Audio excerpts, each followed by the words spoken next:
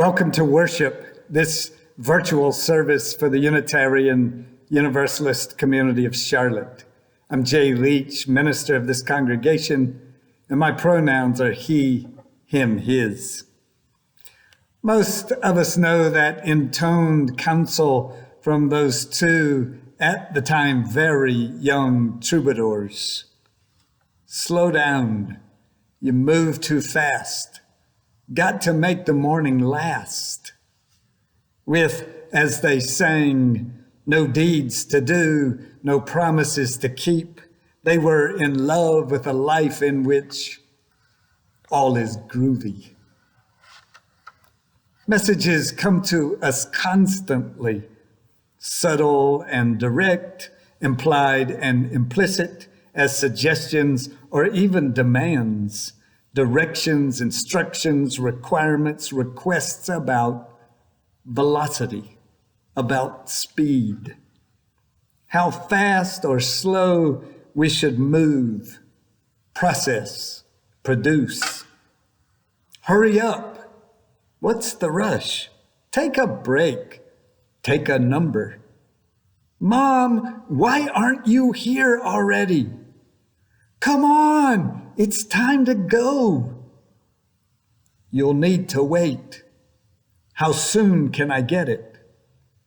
And those that may be the most annoying, that maddening spin of buffering, the inevitable, we're experiencing a higher than usual call volume, the predictable, the doctor is running behind schedule and won't be available for another hour, and that after waiting a week, a month, 3 months. Then there are those internal messages. I should have gotten this done already. I need to be more patient. I wish I didn't move so slowly now. Maybe I'm rushing things. Why am I so hesitant? Today, let's reflect on the vicissitudes, the ever-changing, unpredictable circumstances and situations of velocity. All of those messages about the proper pace at which things should proceed.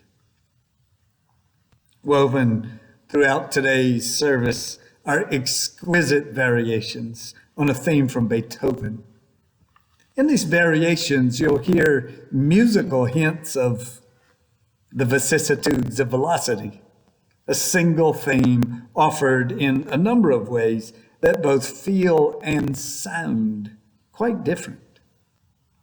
How very fortunate we are to enjoy again today the immense talents of our director of music, John Herrick, and how much I appreciate the participation and insights of our member and lay service leader, Jolena James-Szanton.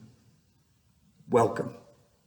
Thank you for being a part of the UUCC everywhere, whether on this first Sunday in February or some other time when you are worshiping with us virtually. Welcome.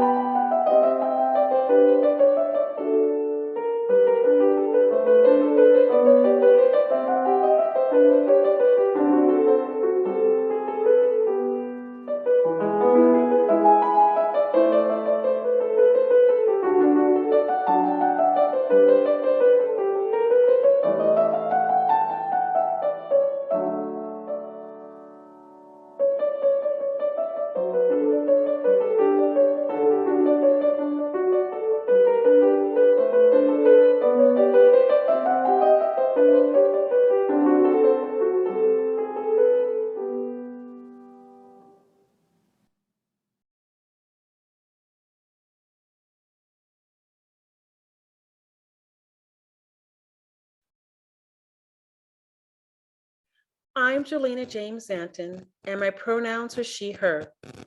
I joined our community several years ago and have been especially involved in our children and youth religious education programming. Welcome to each of you, especially to any watching this virtual service or the recording afterward who may just be discovering our community.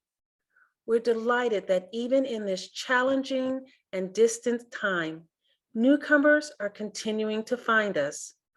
We hope you find meaning in your time with us today.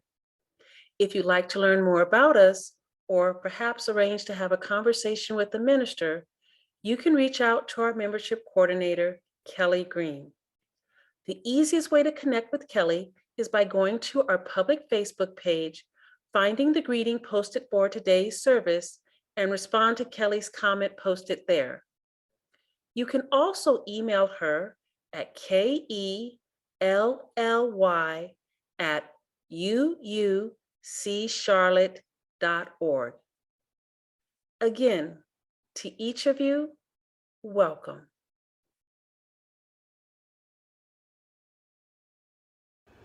When I breathe in, I breathe in peace. When I breathe out, I breathe out love. When I breathe in, I breathe in peace. When I breathe out, I breathe out love. When I breathe in, I breathe in peace. When I breathe out, I breathe out love. When I breathe in, I breathe in peace. When I breathe out, I breathe out love. When I breathe in, I breathe in peace. When I breathe out, I breathe out love. When I breathe in, I breathe in peace. When I breathe out, I breathe out love.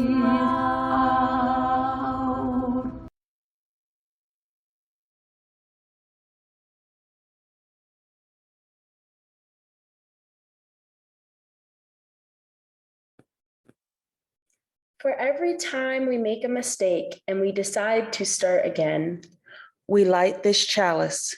for every time we are lonely and we let someone be our friend, We light this chalice. for every time we are disappointed and we choose to hope, We light this chalice.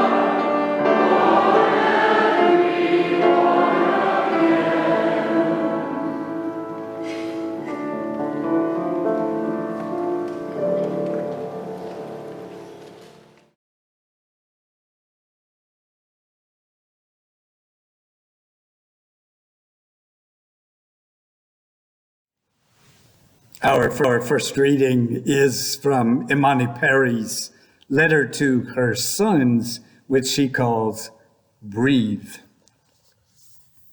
Excerpts from Imani Perry's book. Driving fast, like you can outpace every burden, every weight upon your shoulders, every fear and danger. It is exhilarating when you are young and terribly dangerous. a reckless sense of freedom, a failed judgment and yearning. I would prefer that you satisfy it not with fast cars or hard drinking, but with laughing and dancing all night and oversleeping and taking unexpected road trips to places where you discover things inside yourself that you hadn't even speculated.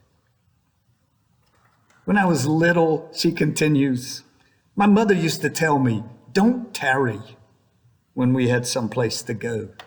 Don't tarry. But there are places for you to tarry. Being, she says, tarrysome has its purposes. It's a living vibrato, simply being and relishing. A good life includes a way of living that doesn't break your spirit. A place to gather frequently with friends and loved ones, some leisure, nourishment, adequate rest, a sense of purpose, which is a widely variant thing, thank God. I want you, Imani Perry writes to her sons, I want you to understand that is more than enough. It is everything.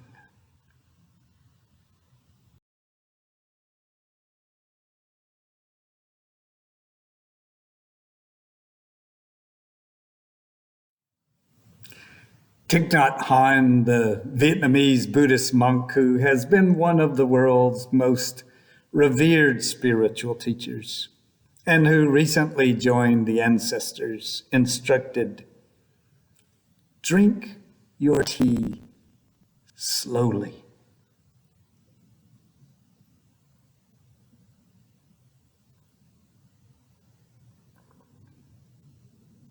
Drink your tea slowly and reverently, as if it is the axis on which the world earth revolves.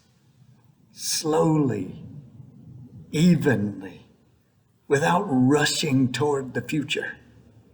Live the actual moment. Only this moment is life.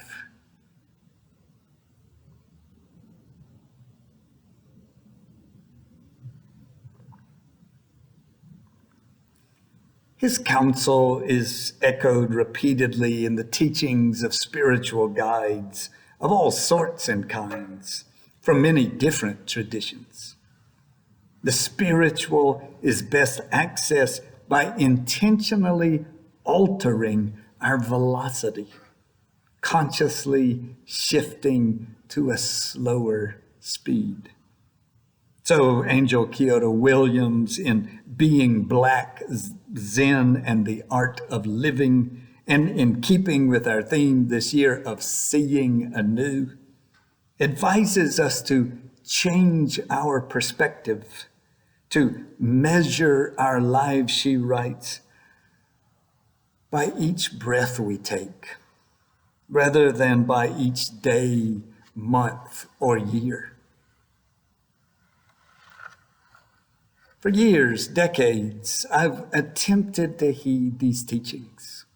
Most mornings, having switched back quite a long time ago from green tea to coffee, I sit, drink my coffee slowly, and read poetry. It's very difficult to read poetry quickly. I try to savor lines, read them, reread them, sometimes aloud. At times I'll go back and read through whole poems again. It's my conscious attempt to reset my internal velocity, the speed at which I normally churn. For more than a decade now, I have walked slowly with my camera in woods and among old buildings, around ponds and in cemeteries, through cities at dawn and small towns at dusk. I'm not trying to accrue steps on some wristwatch counter or achieve new speeds on longer and longer routes. I intentionally, in fact, by necessity, move slowly, deliberately, watching the way the light lands, noticing the features of an old structure, pausing to see what might appear, waiting until a particular bird moves in a particular way, standing as quietly as possible, just observing. Did you get any good shots? People will often stop and ask me, seeing the camera around my neck. I smile, usually respond with something like, "We'll see," and continue on my slow stroll. It's never about what I actually get. The photos are a residual benefit. It's primarily about velocity, about, as they say, slowing my roll. This too is a spiritual practice, one that calms me, resets my rhythm, reminds me to breathe more deeply. But such counsel doesn't just apply to individual internal spiritual practices. The late Reverend Professor Peter Gomes, speaking in Harvard's Memorial Church just days after the 9/11 attacks, asked, "What are we to do in calamitous times?" Then responded with a message about velocity. What are we to do in calamitous times? We are, he said, to slow down. We are to inquire. We are to endure. Tribulation does not invite haste, Gomes declared. It invites contemplation, reflection, perseverance, endurance. What if in these calamitous times the response is the same? Our current upheaval commends contemplation, reflection, perseverance, endurance. And then there's Imani Perry, the brilliant and prolific Princeton professor, offering that very same message in her published letter to her two black sons, finding their ways through fraught times for all black sons. There are places for you to tarry. Being tarrysome has its purposes. It's a living vibrato, simply being and relishing.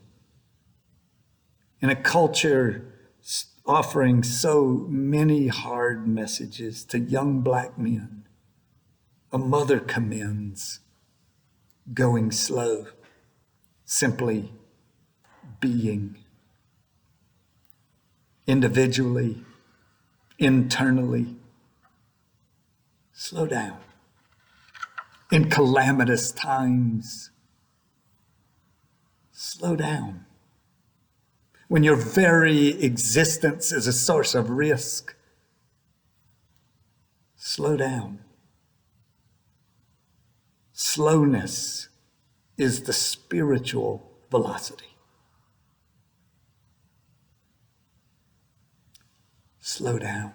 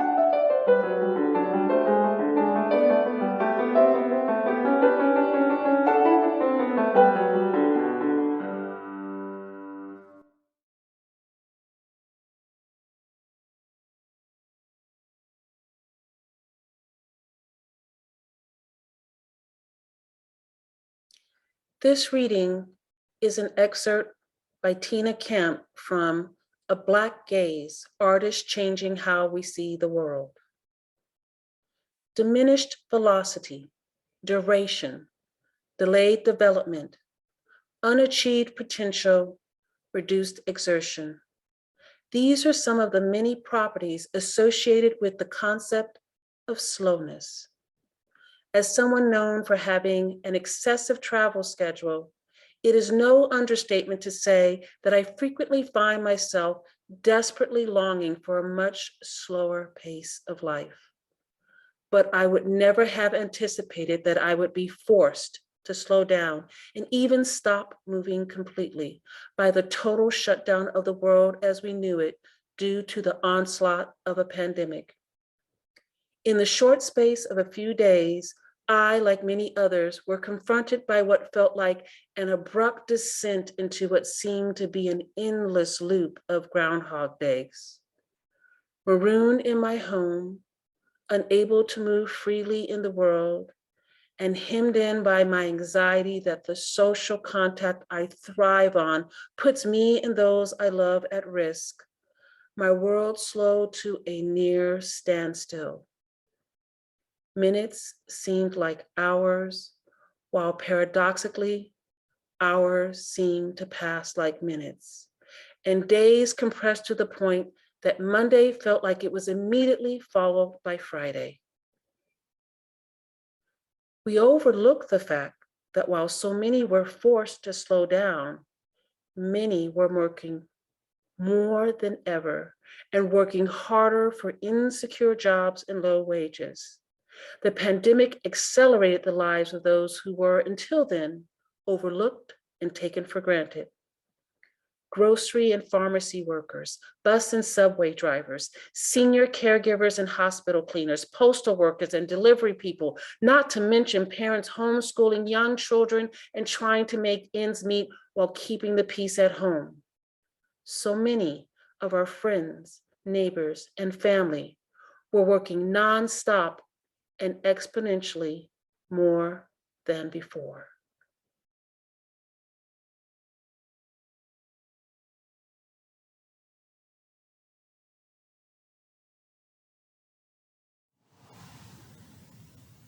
How did you hear my first reflection? How does it feel to you when you encounter some message suggesting you could, even should, slow down? When going slower is offered as a primary spiritual message, what's your reaction? I have the kind of life, despite frequent nighttime commitments and some early morning obligations, in which I am determined to carve out time while the day is still young for intentional slowness. I live in a house that gives me the opportunity to find quiet for a brief time, to drink good coffee, to read poetry books to which I have ready access. I have the kind of life, the physical capacity, the sufficient resources that enable me to take weekly walks in a park and occasional trips elsewhere where I can stroll and take photographs with a very good camera. So when I read or hear the spiritual counsel to slow down, it serves mainly as a reminder of the value of what I'm doing and the virtue of keeping it up. It rings true to my experience. Slowness is an essential part of my spiritual velocity. But what if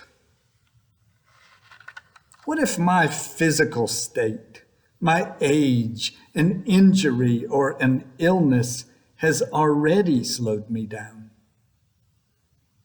What if I'm frustrated with some awareness that my capacities both to move and to process new thoughts have diminished?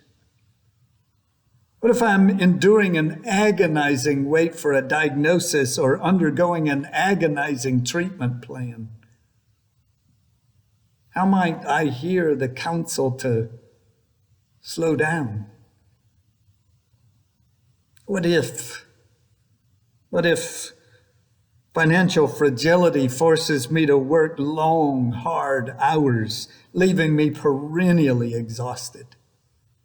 What if the demands of my job and my family responsibilities leave me with so little time at my discretion? What if my environment is never quiet, never peaceful?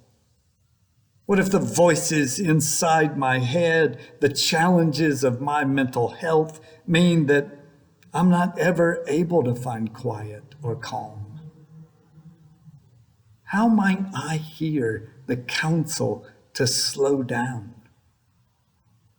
What if I've been enculturated to believe that slowing down raises questions about my worth?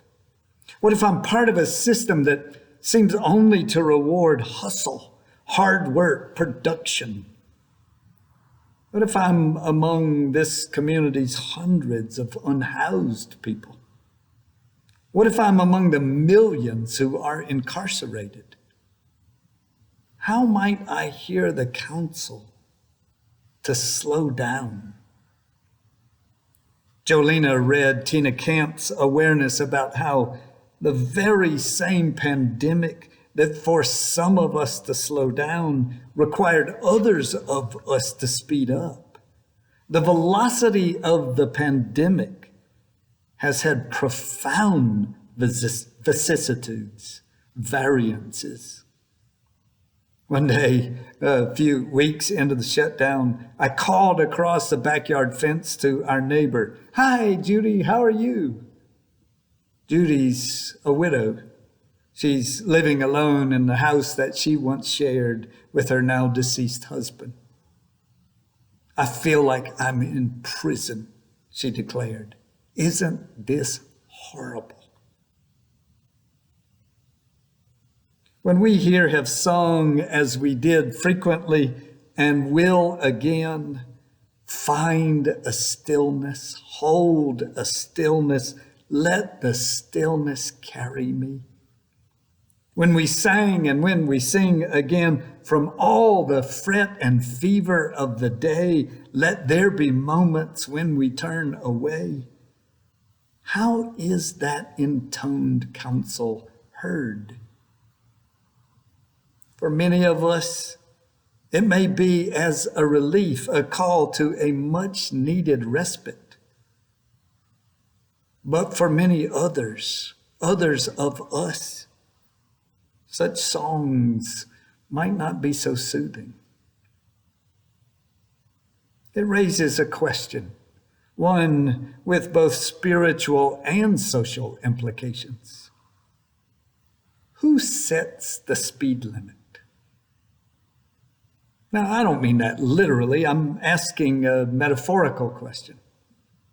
Who decides the proper pace of things, of anything? How quickly something is supposed to happen, how deliberately planning is supposed to be done, the appropriate rate for acceptable institutional change, the appropriate rate for acceptable social change. Is patience always a virtue? Is speed always an asset? Seeing anew sometimes means stopping to consider that there is the potential for multiple meanings in all messages, even one as seemingly obvious and cherished as Thich Nhat Hanh's counsel to drink our tea slowly.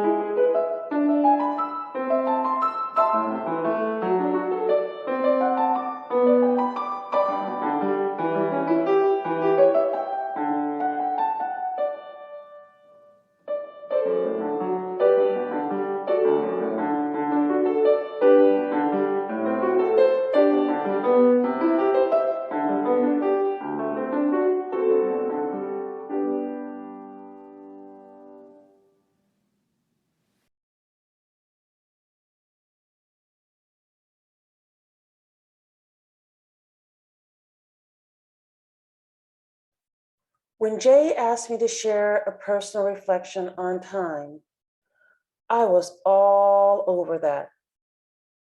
I think about time, well, all the time.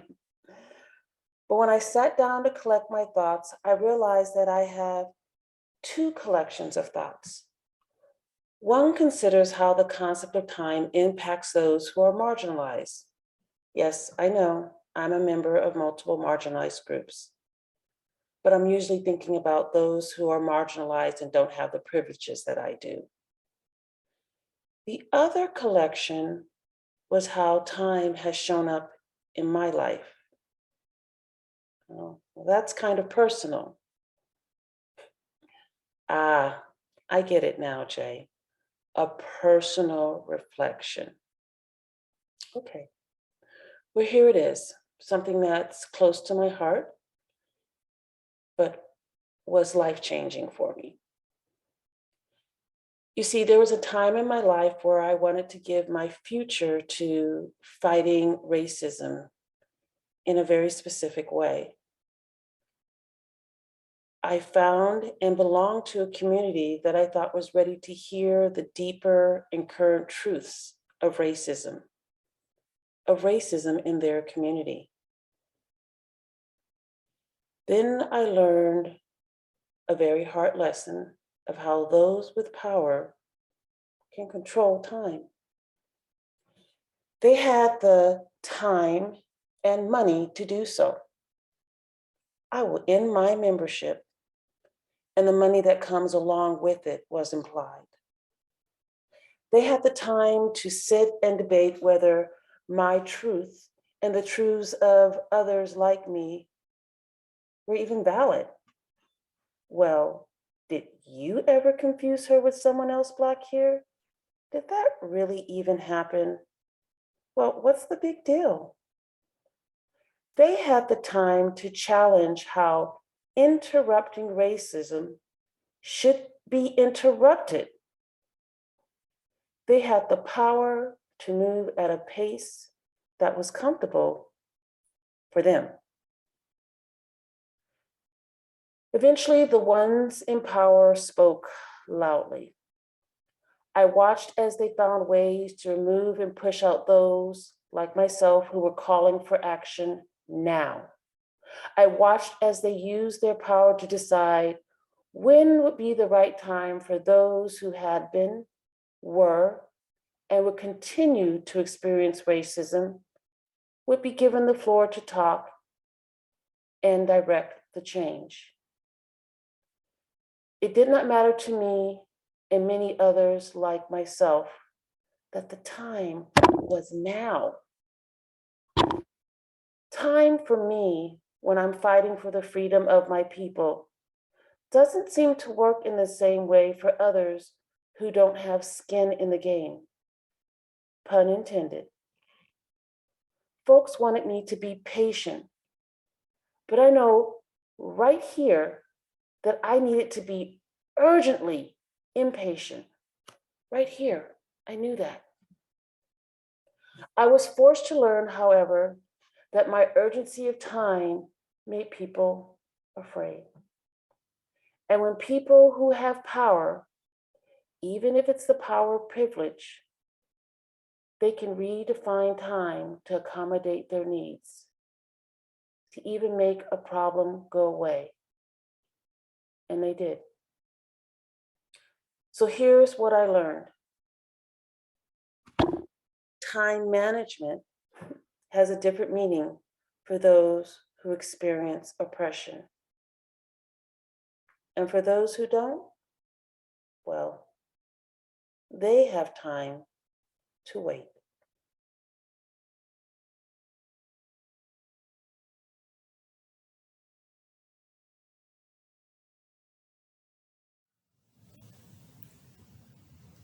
I hope by now our members are aware of the recent message offered by our board. They have prioritized restoring and strengthening our connections with one another. To that end, we continue to offer many ways for our members and others to make connections. and to strengthen ongoing connections. I commend our electronic newsletter, Currents, as the best way to keep up with all that we are offering. So too, the members of our board have assured us we will offer love and support to those of us suffering misfortune. The truth of that will rely not just on ministers making connections, not just on our wonderful congregational care team making connections, but on each of us, investing to create the community that we want to be a part of.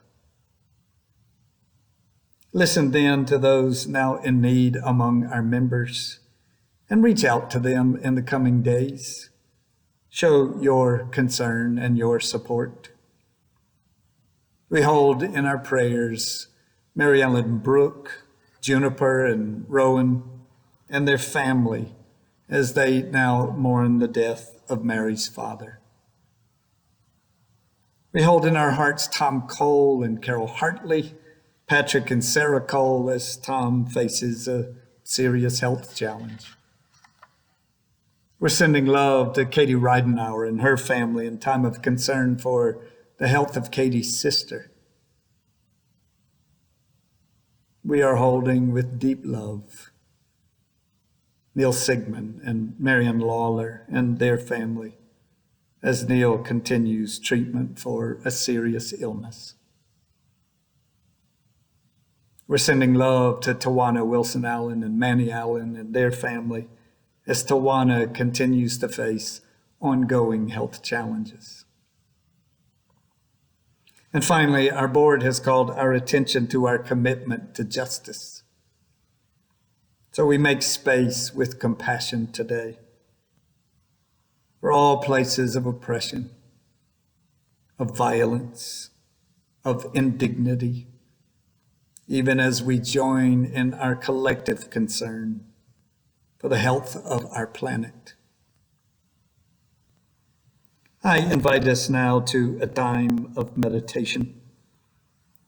In recent months, my friend and colleague Meg Riley edited a collection she called Shelter in Place, Meditations on 2020. From it, these words of Danielle DeBona for our meditation.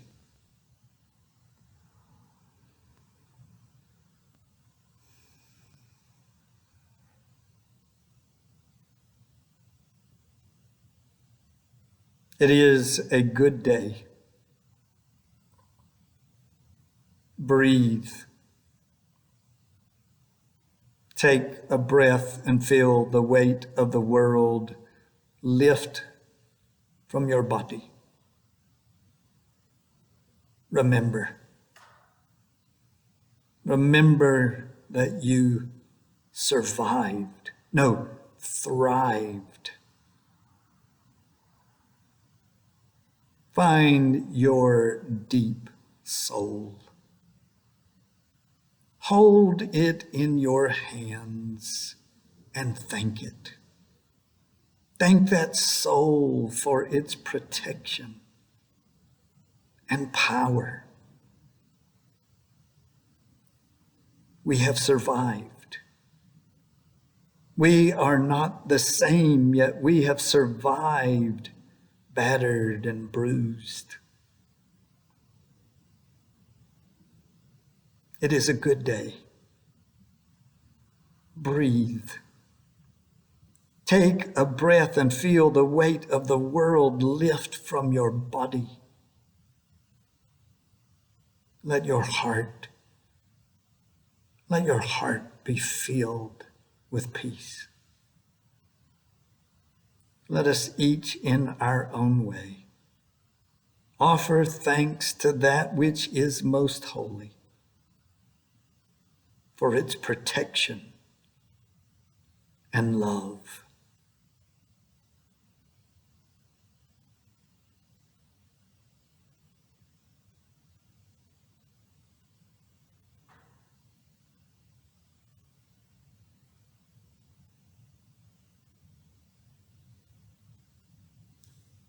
Amen.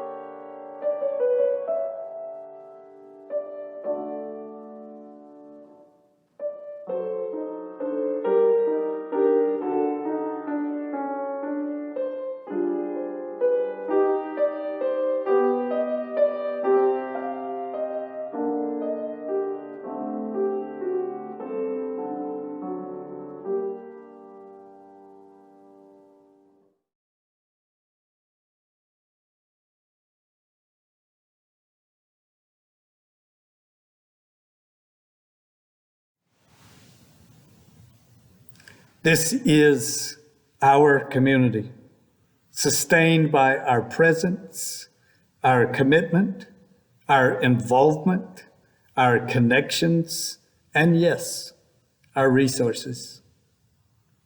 Just as many of you would have made a special contribution to baskets that were passed up and down our pews. Please give now as well. Thank you.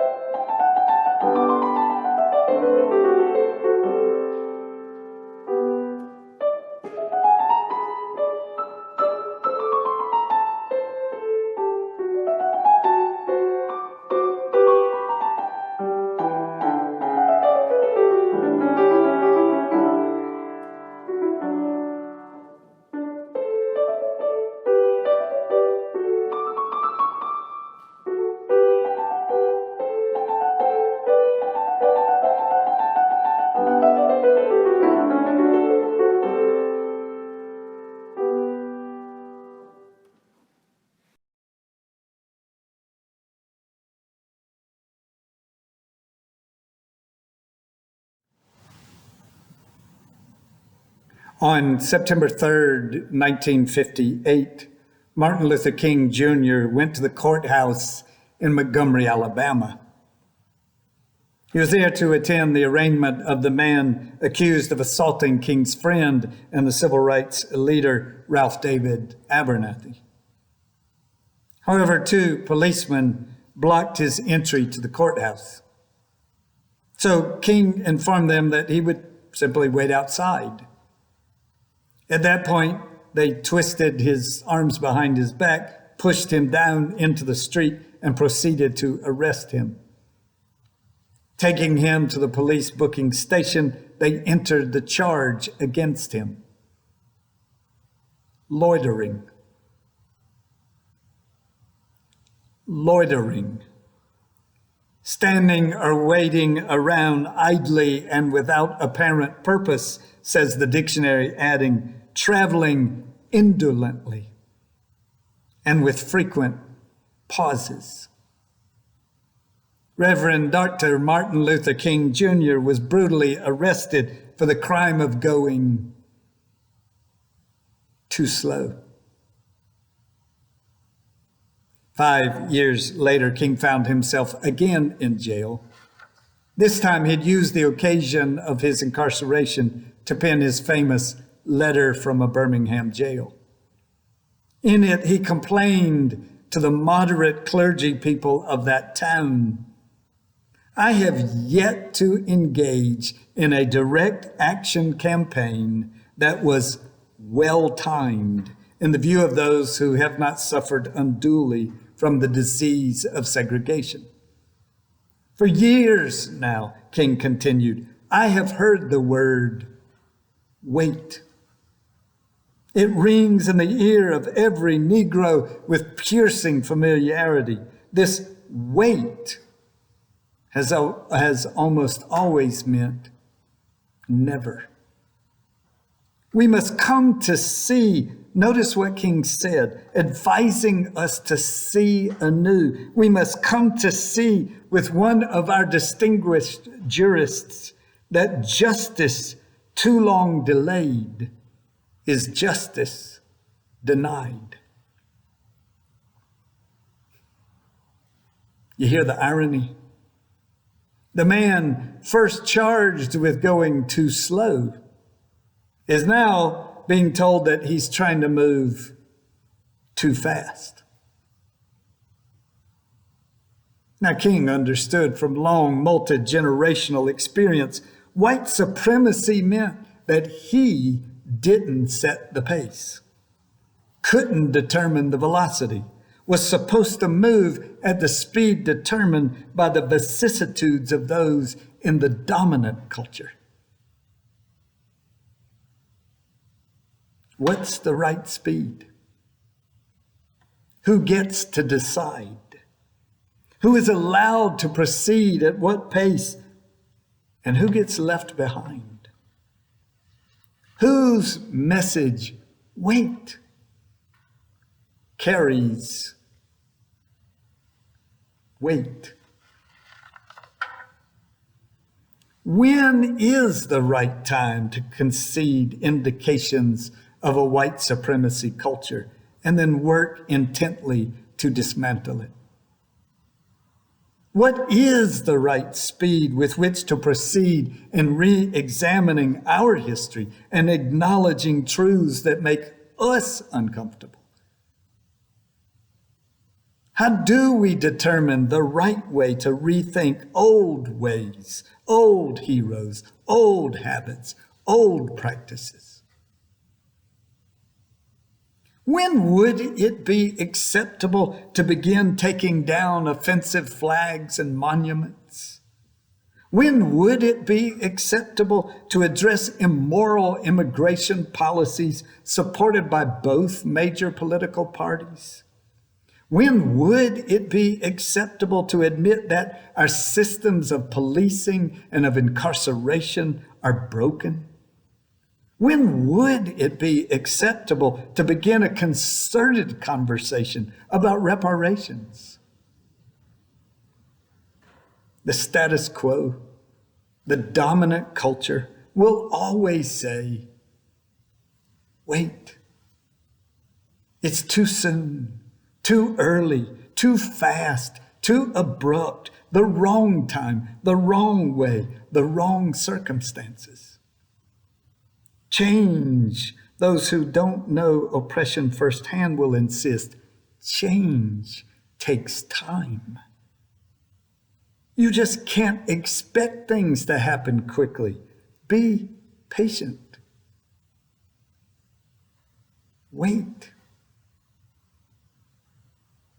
There are vicious vicissitudes where velocity is concerned.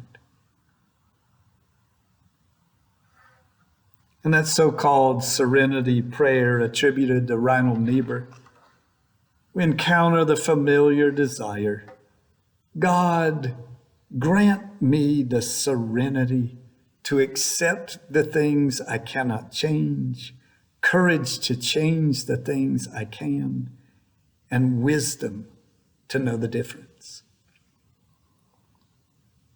Angela Davis, frustrated from a lifetime of struggle, has admitted, I'm no longer accepting the things I cannot change. I am changing the things I cannot accept. And here, once again, we arrive at yet another spiritual paradox. There's truth in slow down. There's truth in don't wait any longer. What then is the appropriate velocity?